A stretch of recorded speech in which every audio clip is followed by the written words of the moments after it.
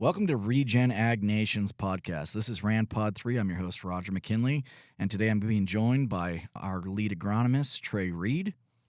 Hey, Roger. Thank you for having me back. I'm fired up to be here today as we kind of embark on what is a little bit of a contentious journey, in my opinion. I think we're going to bring up some thought-provoking topics today, and I'll kind of let you lead out, and we'll get right into it. Definitely, Trey. This is definitely a crux in the road where we're at right now in farming.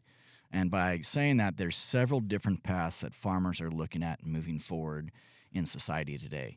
And the conventional world's been here a long time. We've been utilizing this system, this format, and it's been doing phenomenal in feeding the planet worldwide. Organic. Everybody knows what organic is. You see that in the grocery store. And now we have regenerative agriculture. And really, I'm going to put this in an analogy that people can kind of understand that we're talking about here is, dollars, physical money. You make $100,000 in a year and you spend every dollar that you have at the end of the year. Are you really getting ahead in life?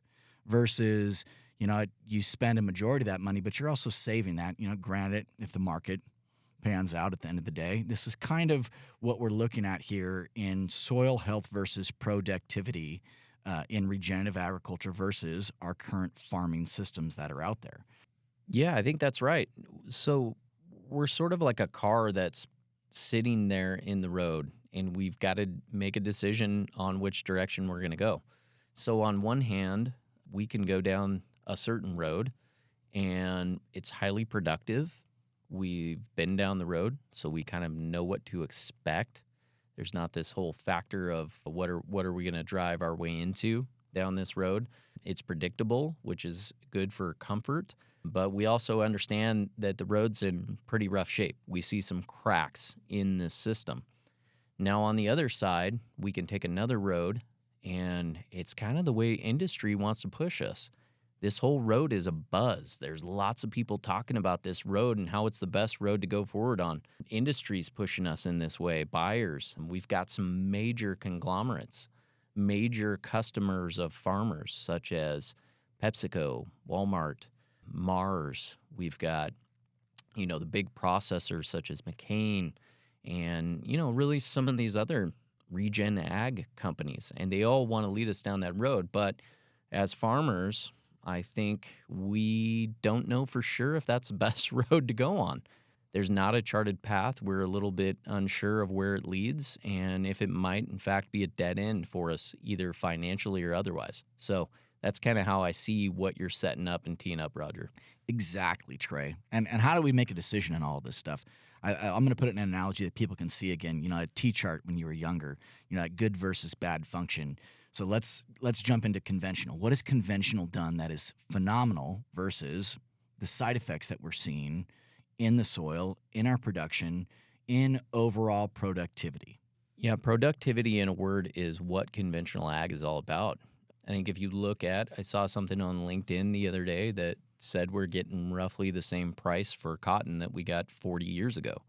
So how does that pencil out? I mean, we know everything else is 5 times what it is if you go in and you buy milk at a grocery store or, fuel or whatever the case is. So how does that pan out? Well, in conventional ag, we are 2, 3, 4 times more productive than we were 40, 50 years ago. So that price is coming in the form of production rather than a physical price going up in some cases. And I think that's what conventional agriculture is all about. And it's exceedingly important as we fill the globe with more and more people. We've got more and more mouths to feed. So we have to continue to be really productive. What I see in conventional farming is we're extremely good at managing our way around problems that can have a big impact on either quality or yield. So, for example, probably the 3 biggest things that you're going to run into in terms of yield in a season are weather, which you really can't control, right? What are the environmental conditions that come down your way? Beyond that, you're really looking at disease and pests. So if I have a really high load of verticillium in a potato field, that thing might die a month early, and now I'm out 100 sacks per acre. That can be a major, major problem. And with conventional ag, I feel like there's some opportunities to manage our way around problems like that. Same thing, if you're having pest issues, there's a multitude of tools in your toolbox to manage your way around this. And this is really where it differs greatly for something like organic agriculture. I think in general, you probably have less problems associated, at least that's been my experience in organic agriculture because you have the system in more balance. But if you do encounter a really big problem, you may not have a tool to treat that and you may lose productivity in a major way. On the flip side of the coin in conventional ag, we have a lot of stuff to look at.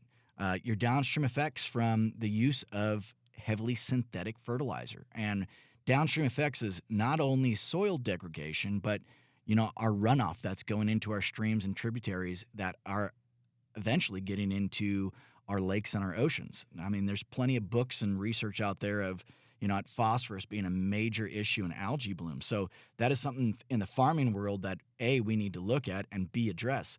The second biggest thing is our cost of our inputs. The last 3 years, costs of everything have gone through the roof. So from a farming standpoint, how do we stay financially sound from a business standpoint in making money in this industry? And that really comes back to, that investment standpoint. Are we really investing in our soils? Are we trying to get through just a cropping system? Are we spending every dollar we make at the end of the day to where there isn't anything left over? What are we getting this next season as we come through versus this is where the whole regen agriculture aspect comes in. Can we be investing in our soils for that next year or for future generations?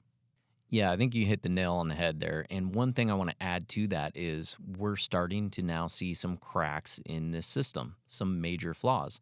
And I think the biggest one that I look at and I see, and it doesn't matter where you're at, where you're farming, there is some resistance to these chemicals, natural resistance, right? These tools that we have in our toolbox. For example, we're using fumigation in some cases in vegetable programs, and I've been on farms where that no longer works to solve the problems that they're after. We're also seeing herbicide resistance to things like Roundup that have been around, and they're just not as effective as they are, or noxious weeds that it's not effective on at all. Same thing, whether you're talking fungicides, whether you're talking about this or that, it's all the same thing. We're starting to see resistance, and those tools are not performing like they did at one time. I want to frame this in a different format here, Trey. We're not environmentalists, but at the end of the day, if we walked out into the forest and went camping, and we're camping with our friends and our family, we're not just going to leave our trash everywhere, right? We're going to pick that up because we're going to want to leave it as pristine and as beautiful as it was the day we stepped in there. And that's just common sense. That's just practicality. And I think that comes also full circle in managing the resources we do have. How are we responsibly utilizing the tools that we have at hand? And how do we make those tools last longer? Yeah, and that's where there's a little bit of a hybrid approach in my mind. You don't have to be full blown regenerative ag. You don't have to totally go down that road and have animals on your farm and this and that. I mean, I think there's some really practical things that we can implement into conventional farming and sort of take regenerative ideas that really shine. One of those is reducing resistance by adding in other things like botanicals into sprays that have other active ingredients in it. There's some other ideas about how to better utilize synthetic inputs that are on the table so that we don't have to use as many units of nitrogen, say, or high label rates of something else. So I think there's a lot of practical things that we can sort of step into this, even if we don't want to head down the regenerative path and we want to stay on the conventional mindset. There's a lot of things that can be done that we can make this better for not only an environment, but also our farming systems and make them more resilient. And that comes into us just having faith in what we're doing. And I think farmers have done such a phenomenal job for, the last 60, 70 years in what we've been doing. But when we see those cracks, it's saying, well, where are we having that faith in moving forward? And I think that's kind of where, when we step down this regenerative agriculture path, it's kind of a slippery slope because we don't have a guarantee. Like, is this going to work? Is it going to be better? Is my farm going to be more productive? And I think really what we are looking for, or are we chasing fool's gold? when we're coming down that path. I think that's a big thing that some of these regenerative agriculture companies have sold a bill of sale or goods and saying, hey, we're going to cut all your nitrogen out in your potatoes. And guess what? Come into the season, you're going to fall flat on your face. We don't want to see that happening. So I think what we are starting to see is utilizing data. We've been really low tech in farming, and I think something that regenerative agriculture is going to bring to this space is a new light on technology and data and how we utilize that in our future farming programs and making them more successful.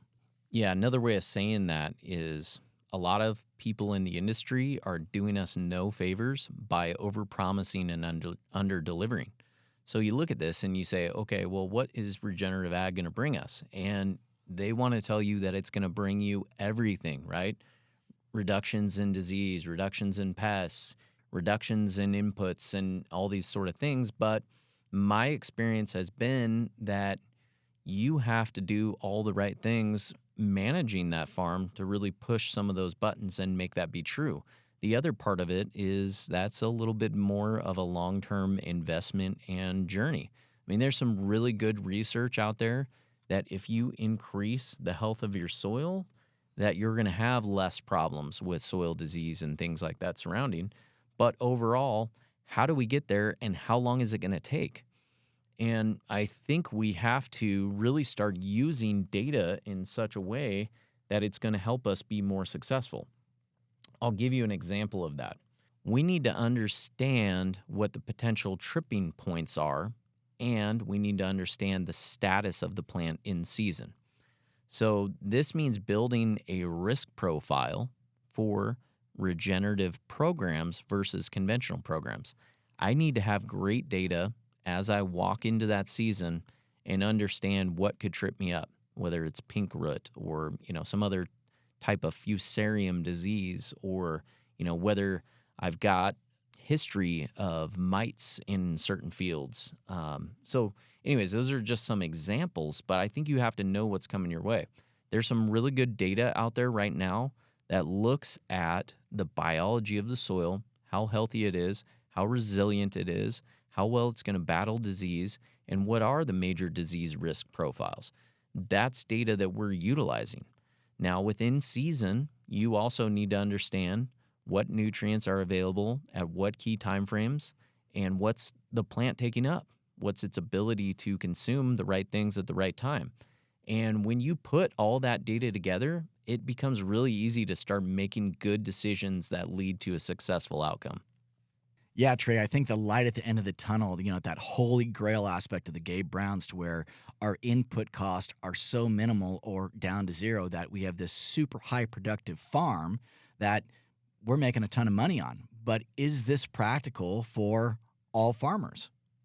No. That's all you're going to give me?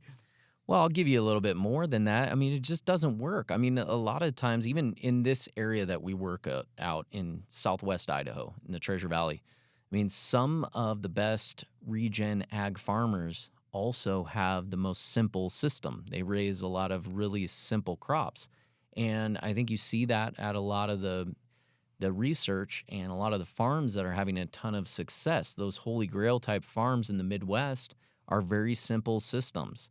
They're no-till corn and soybeans, and, they're very restrictive about the way that you can get things done. Well, what are those farms feeding? Those farms are feeding different systems than maybe what a vegetable or a fruit producer is feeding, right? These are all the things that we go in the grocery store, the left side of the store. All the fruits and vegetables and the whole foods that we eat, those are wildly different systems than maybe what you're going to encounter in the Midwest. Another thing to wrap in on top of that. So we see a lot of ground that gets traded out there or leased. You may be a potato grower that's only in a field for one season. So how am I going to set the table over the course of 5 years to regeneratively farm these potatoes in one season? And that's where I think we really have to look at this and say everybody's situation's different. We have to find a practical approach to minimize those downstream effects as you described, and also farm in a way that's going to be highly productive and more regenerative. So one of the problems I see right now, why are growers not adopting regenerative ag? One, there's not a great model. There's a lot of companies that are promising a lot of things, but they haven't really designed a model that works really well for a diverse group of farms. But the other part of it is it's a very big leap of faith right now. So if we go down that road, how long is it going to take, and how quick are our soils going to get healthy to where we can either reduce inputs or increase production? I don't think we have a good answer for that. That's where I would lean on. We need to start investing in research that gives us those answers and gives us confidence to go down that road. The other part where you really have to have a lot of faith is right now we're not being paid any more for that crop than what we are in conventional systems. So if I have downside risk and I have no upside risk, then what's the point of doing it? I mean, I understand what the point is because I'm in regenerative ag, but from a farmer's perspective, those two things might not line up. So my question to you would be, how do we differentiate between conventional ag and regenerative ag if essentially we're selling into the same markets right now? Well, we're talking about money. This comes back to money at the end of the day. How do we create more demand? How do we create a higher value crop that, as consumers, you and I would want to consume? Well, there's metrics that have come out right now that we are using internally. The first is called an environmental impact quotient, and I'll read you a quick definition on what this is. And this was developed by the Cornell University, and they're looking at everything from an impact of the types of chemicals you're using on the farm. They're literally looking at everything in the system. And I'm going to read this definition for you so you can hear that straight from their website. Factors such as toxicity, and this can be affecting everything: dermal, bird, chronic, bee, fish, beneficial arthropod. We're talking soil half-life, leaching potential, the plant surface half-life, surface loss potential, the farm worker, consumer, and the ecological effects. So EIQ is massive from a standpoint that it takes in a scoring metric, which is extremely black and white. And I think this is one of the very first things that is gonna make a big change in this industry, because at the end of the day, you can see what that score is. So, for example, in fumigating onions or potatoes, if you go in and you put Vapam down, a chlorpicrin 40, 60 gallons to the acre, you could be seeing an EIQ score starting of 6,000 to 10,000. Now, this EIQ score, the way this works is the lower the score, the better, like golf. You want a low score. That means you're using less synthetic chemicals or insecticides, pesticides, fumigants, herbicides. So this also shows how you differentiate between a farmer down the street from you. So you could be farming in a more regenerative process than somebody down the road, and you're not getting paid anymore for it. This is a first scoring metric that can show A, you as a farmer, B, the processor, and C, the consumer at the end of the day, that this is a healthier product for you to consume, and you're also being more responsible with the products that you have at hand. Yeah, I think we can all agree that less chemicals would be better when it comes to our food, right? And our farms and, the impact to the environment. I mean, this is where it comes back to the sensibility of what you were talking about. Low EIQ is just an absolute no-brainer. If we can raise a great productive crop with less chemicals, everybody wins. And that's the definition of good business in my mind. So I love what you said. It's black and white. If I'm comparing a score on my onions from this farm to the next farm, it's pretty easy to see what the impact of my program versus somebody else's program is. And this is where it gets fun for farmers, because you have an opportunity to separate yourself out on the way you're doing things versus somebody else. And I think that's absolutely important. The other thing that it gives us an opportunity to do is it's awareness in terms of, if we have access to this database and we experience a problem, now we can look at 3 different products that we might be able to quell that problem with. Now, this might be, let's say it's a fungicide. If we could look at 3 different fungicides that might have the same performance in the field, but they have wildly different EIQ scores, or, wildly different application rates, which ultimately impact the score at the end of the day, then why wouldn't we use the one that's lower, right? If we can accomplish the same thing, but use something that's a little more environmentally friendly or more friendly to the farm workers that are applying it, isn't that a no brainer? Exactly, Trey. And I think when we're talking about productivity here, you know, when we're looking at an EIQ score, some of these chemicals that we're utilizing have a reentry into a field. And that, for listeners out there that don't understand that, you physically can't go back out in a field as an agronomist. You can't go look at the crop. You can't be on the ground. You can't be scouting for bugs or other issues that are in the field. So that is time lost. So productivity, that is a big thing where if we're utilizing softer chemistries, which we have at our disposal, that are just as effective, you can be in the field within 24 hours or 18 hours. Yeah, that's right. You could miss a watering problem potentially that would be a big deal. The other part of this too is there are harvest intervals. So certain chemicals you can't use a certain number of days before harvest, right? Because there's that residual carryover. But a lot of these materials that are softer chemistry, either one, they don't have any effect at all. So they have a 0 day harvest interval. You could literally spray them on the morning before you pick them up because they're just not toxic chemicals. So that, as a grower, gives you some tools to be able to apply things, that might protect your crop right up until the end. But it also tells me that those things that you're utilizing are going to break down a lot faster and not carry through into the food supply. Another thing that is very black and white that we are seeing in the industry, which is becoming more apparent for farmers and for everybody to take notice of, carbon intensity score. Now, this is pretty much on the manufacturing side. So this is what it takes for a manufacturer to create a product and ship it to a farmer for them to apply on the farm. This is huge from a standpoint of impact to the environment and also the quality of the products that we're using in our farming operations. Yeah, this is going to be a big deal going forward because all this is tied into the environmental thing. So, like it or not, this is a score that you're going to want to be familiar with. You're going to want to look at what are the products that I'm sourcing and utilizing in my program, what are the carbon intensity scores, and ultimately, at the end of the day, what is the total score for the output. Very similar to EIQ, but that's where industry is going, and that's where things are on a global perspective. And again, this isn't about us being environmentalist. It's about this conversation of being practical. So we've got some inputs that we've been starting to look into this in the off season, and we're going to bring somebody in to talk about this very thing. But this one supplier of a product has an extremely low score because of the way that they go about things. And again, it's about coming up with innovative approaches that have less impact.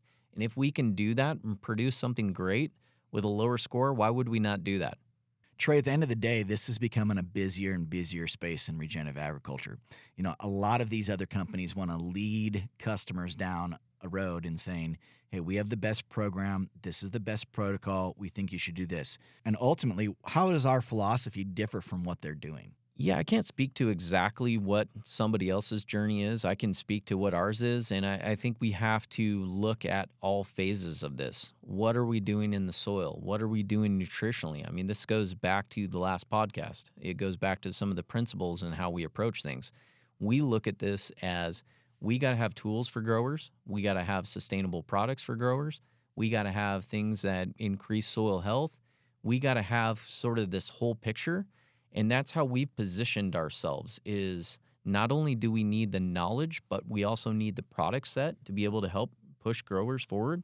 Some of the problems I see with companies out there right now is they're promising the world and they have no data to back it up. What I mean by that is there's certain companies that are really big in the industry right now. All they throw at you is testimonials. They'll just talk to Bob Jones down the road who is delivering an incredible amount of output and he doesn't use any pesticides or protection products. Well, I don't know what that guy's doing. I don't know what his set of variables are. I don't know how long he's been, prepping his farm to have that type of outcome. And I think that really sets you up for some major problems if you're somebody listening out there and you're like, hey, this makes a lot of sense. It sounds like they have sound agronomy. I'm going to jump in and rock and roll right now. Well, that might be a philosophy to fall on your face. I think all of this still just stems back around data and having good data in this industry, which that's one of the philosophies that we are moving forward with in presenting to our farmers and our customers out there. What other flaws have you seen in some of these regenerative agriculture companies that farmers are experiencing? Well, we've even had some issues in our history. So, I mean, I think coming into this, that's why it's so important for us to be independent right now, is because we can take our own philosophies and, we can try to source the best products that we see fit and run with the best ideas that we've seen work in the field. I mean, something that's happened to us is coming into this, we weren't always independent. We didn't make our own calls. We didn't make our own programs. We didn't do all these things. And so, I feel like that was one thing jumping into this where, there was times in some of these programs where things got pretty expensive and we didn't have great data to support that expense. And another way of saying this is you can't get too far too fast sometimes, right? You've got to understand that this is a process and you've got to take time. So you don't want to spend more money than you have to achieve the objective that you're looking for. And I think that's where we've been able to make some adjustments in the last couple of years and really dial in programs. And not everybody's out there doing that. So let me frame this conversation as we end this podcast here, Trey. We're in an elevator. You got 30, 60 seconds to really say where RegenAG Nation is going and what we are doing. Yeah, that's data. Data.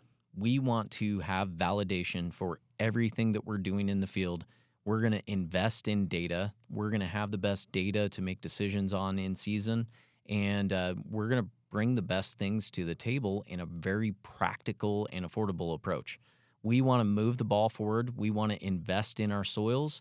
At the same time, we understand that production is absolutely necessity for having sustainable farms. And we're going to work to support growers in any way that we can to do that. All right, so let me turn this around on you, Roger, a little bit here. We're sitting here right before Christmas. We're about to push into a new year. So let me put you in the elevator for a minute and say, from a business perspective and a development perspective, what is your 60-second pitch about where you guys are going with all this? There's two things that stand out, Trey: demand and value. How do we create more demand for the products that are grown in this way? And how do we bring more value back to the farmers that are growing this? This is something that we're working on in 2024. We've identified a system that we are utilizing and implementing, which we're going to A, bring to the farmers, but B, everybody in the system is going to want it. Farmers, the processors, and you and me as consumers. So thank you all for listening. Check in with us next week as we drop RANPOD 4, and we'll catch you next week.